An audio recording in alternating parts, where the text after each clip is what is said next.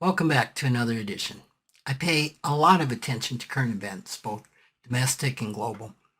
I consume what I think is a pretty balanced diet of um, the political and economic landscapes. Um, I'm not saying I don't have my biases, but I do try hard to look at both sides of issues. Um, my daily media consumption would consist of the Washington Post, New York Times, CNN, and MSNBC on the left, and the Wall Street Journal and Fox News on the right. And I pay a lot of attention to sources in the middle. Um, I have found some sources that I really like. News Nation, which is a new cable outlet, a blog called The Hill, the BBC, the Times of London, Sirius XM POTUS, Politics of the United States channel, that I really like Michael Smerconish. And there's also Julie Mason, Dan Abrams, and Laura Coates. So you might think I spend all my time reading psychological periodicals and research, and I do a fair amount of that too. But I am a financial therapist, and that covers a broad area and a broad knowledge base, right? So I try to keep up on politics and economics, as it definitely affects the financial side of the equation. So all that said, I sometimes find myself scratching my head in confusion or guffawing and talking back to television screens with parts of me that want to raise their voice to some of the commentators and what they say. A couple of years ago, I had a really respected colleague note that the capitalistic goal of accumulation, consumption, and collection is responsible for a collective mindset in Americans that I consume, therefore I am, and that more is better. He passionately felt that the more is better capitalistic mentality assures a predictable future of dwindling resources, and he's not alone. The idea that capitalism is broken, or capitalism is a flawed economic system, has been gaining more and more popularity certainly in the last decade. There's a real emotional component to this that I'd like to explore today, because according to my colleagues' views that more is better is capitalistic mentality, and assures that resources will be dwindling in the future, is certainly hitting on identifying our self-worth with our net worth, and identifying our self-worth by status. And we've talked a lot about money status scripts. Identifying ourselves by what we accumulate or spend. And it's true that that doesn't produce emotional, physical, or financial well-being. Those who embrace a money script of I consume, therefore I am, are likely to eventually encounter financial and emotional pain. Either they're going to run out of money to spend, or lack products to buy, or discover the futility of trying to use money and possessions as a substitute for genuine self-worth, for satisfying the needs of belonging and love and connection. And of course, these things are not going to do that. And we know that there's parts of ourselves that are seeking after these things in order to help those vulnerable parts of ourselves that feel so wounded because we don't have that. And of course, I'm talking more in IFS language right now. What I found curious was my colleague's attribution of the money script, more is better, as being a product of capitalism. That money script's been around a lot longer than capitalism, which, according to Investopedia, originated during the Middle Ages when a variety of factors, including a labor shortage caused by the Black Plague, the collapse of their manorial system, things like that were happening.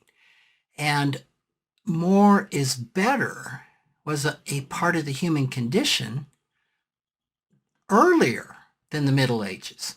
For example, in the Hebrew scriptures, Ecclesiastes 5:10 says, "Whoever loves money never has money enough.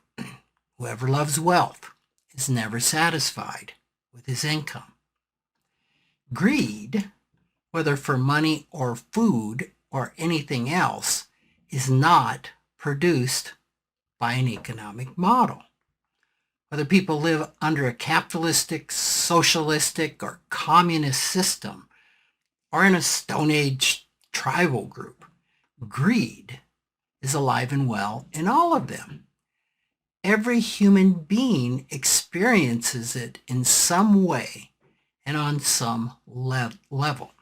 It actually has been considered one of the 7 deadly sins since the early days of the Christian church. Again, long before the capitalistic model ever came into being. Something that caught my attention recently was when I was watching CNN.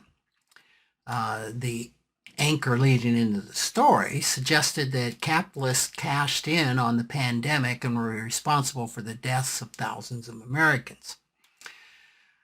And the story was about a man named Robert Stewart, who in 2020 received a $3.4 million contract, which was a no-bid government contract to supply 6 million N95 masks to the VA. The anchor interviewed a reporter by the name of David McSwain with ProPublica, who followed the case of Robert Stewart. And Stewart was a first-time vendor. He had never sold or manufactured an N95 mask.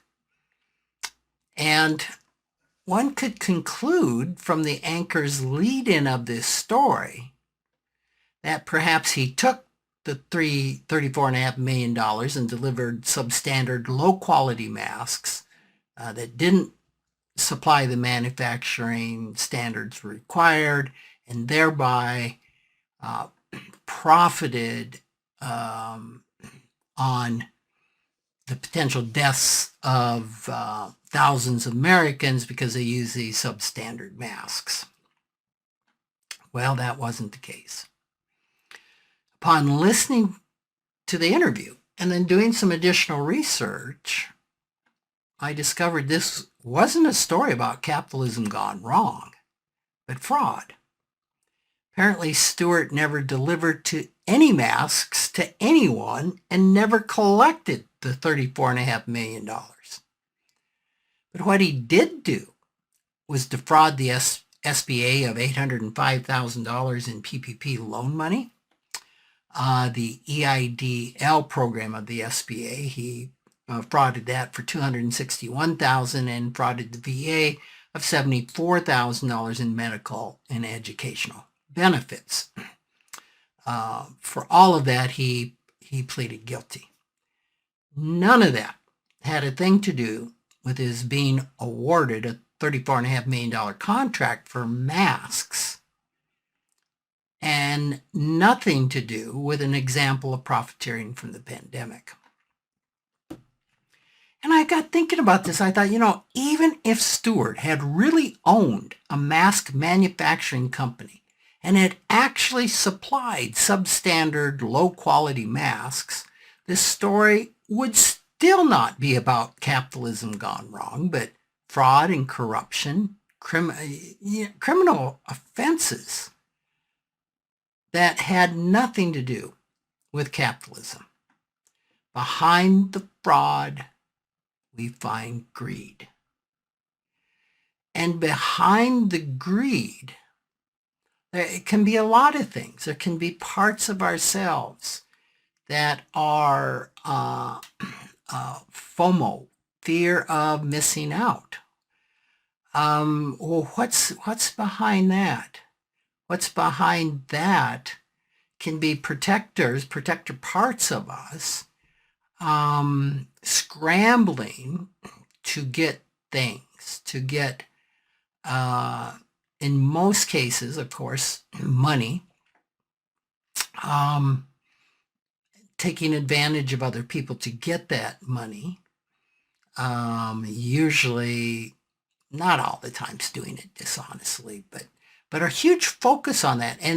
And the focus is that the money's going to solve the problem. And what's the problem? The problem is a real vulnerable part of us that is in pain from not having connection, not having belonging, early traumas that happen. And the protector has this belief, this protector part of us, that if I can supply it with these things, then that it'll be okay. It will not be in pain. It will keep it from being in pain. Now, I would guess that we could go far deeper on what greed is, but it's it is a condition, a human condition. Capitalism, as defined by Webster, is an economic system characterized by private or corporate ownership of capital goods, by investments that are determined by private decision and by pieces production, and the distribution of goods that are determined mainly by competition in a free market. There is nothing in that definition about greed or any goals of accumulating, consumption, and collecting. So, according to capitalism, is a method of distributing limited resources in the most efficient manner possible, where the dynamics of the free market and dynamics of competition drive down prices and improve quality. I don't find any other economic system that delivers this outcome. In fact, systems controlled by central planning have a track record of producing the opposite. Economies where shortages prevail and those in charge prosper on the backs of masses. So, certainly, there are business owners and wealthy people who are greedy, who are selfish, who are materialistic, because these folks are found in every walk of life. They're not tied to any particular economic system. They are tied to the human condition. They're signs of people who are trying to satisfy spiritual and emotional needs, trying to satisfy their need for belonging and connection, trying to satisfy traumas that have happened in their life with material things that can never meet those goals. Because one of the qualities that helps people create financial security is frugality. I actually agree with my colleague that excess consumption is often destructive and can be a genuine problem. But blaming it on capitalism does nothing to offer any real solutions. So as I said, increasingly in the U.S., it's becoming more socially acceptable, perhaps even fashionable, to be anti-wealth and anti-capitalism. But even identifying as a socialist is no longer the dominion of the far left, but gaining a lot of popularity because of these misconceptions. According to research that I found, younger Americans are souring on capitalism and don't find the label socialist scary or demeaning. Interesting, the meanings I see thrown around for socialism and capitalism rarely agree with the traditional definitions. We talked about confirmation bias in a podcast where a person goes searching for the things that will support what they personally think is true. And we see a lot of this in here. In this distrust of capitalism and this embracing of socialism. For example, some self-proclaimed socialists call for higher taxes on the rich, more funding for massive infrastructure improvements and expanding social welfare programs. We heard Medicare for All thrown around a lot. Now, these are not necessarily socialism, but rather an expansion of social programs. There's a big difference.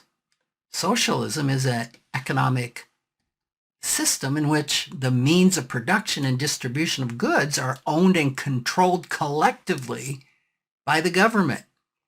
It's characterized by production for use rather than profit, equality of individual wealth and incomes, the absence of competitive economic activity. And it's where the government determines the levels of investment, prices, and production levels. A truly socialistic economy has no privately owned business.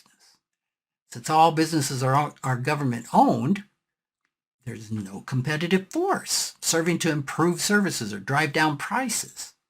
Prices aren't set competitively, but by government policy. Everyone is economically equal, with no rich or no poor, at least in theory. In practicality, that is never the case. There's always the uber rich, which are typically the people running the government, and the uber poor, which is typically everybody else. So embracing increased taxes on fossil fuels and more government spending for healthcare or green initiatives is not inherently a call for a socialistic economy, as some politicians try to make us believe. It's a call for bigger government and placing more restrictions on free enterprise, which could be a step toward socialism, but it is not socialism. For example, the Scandinavian countries have massive social programs, yet they're not socialistic economies. Their systems allow for free markets and the private ownership of business, meaning their social programs are funded by capitalism and free enterprise. I could just go through a lot more on this. We just haven't seen a society that successfully tried real socialism.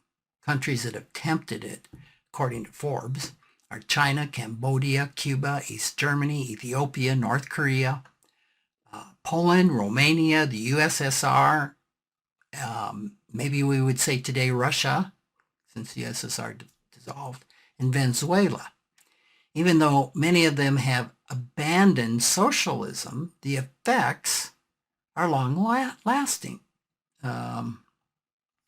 So why am I talking about this? I think I've brought in the emotional impact of this, of what's behind the mistaken view of both what socialism and capitalism are, and at the heart of what we really rail against is really greed. But we're not railing against greed, we're railing against capitalism. And when I say we, it's typically the media.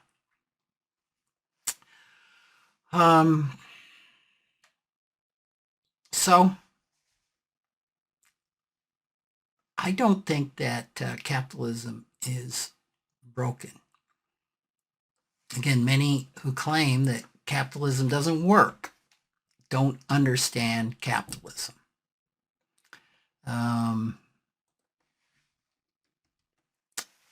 So that's the key. Who's a capitalist? You may be a capitalist. A capitalist is the wealthy owner of a large successful business. That's a capitalist. But so is a self-employed person who cleans houses for a living. A freelance artist offering works for sale but finding few buyers is a capitalist. So is a teenager earning money during the summer by mowing neighbors' lawns. No matter their level of financial success, they're all operating competitive, free enterprise businesses. So I think I'm going to leave it there. We've got to look under. What's behind my fear of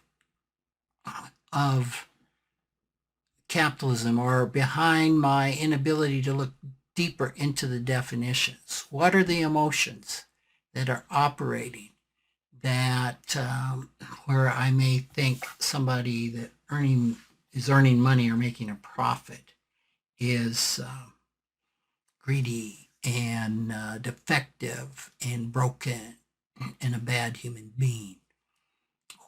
What's in it with me? What are the vulnerable parts that are really really hurt about that? What are their histories? So I hope maybe if you find yourself thinking some of these things, helped encourage you to take a look deeper. In the same way that you may be up in arms about socialism and the expansion of government programs. What are the emotions behind that? What are the needs within yourself that are not being met? What's the fear? Okay, thanks for joining. I'll look forward to talking with you next week.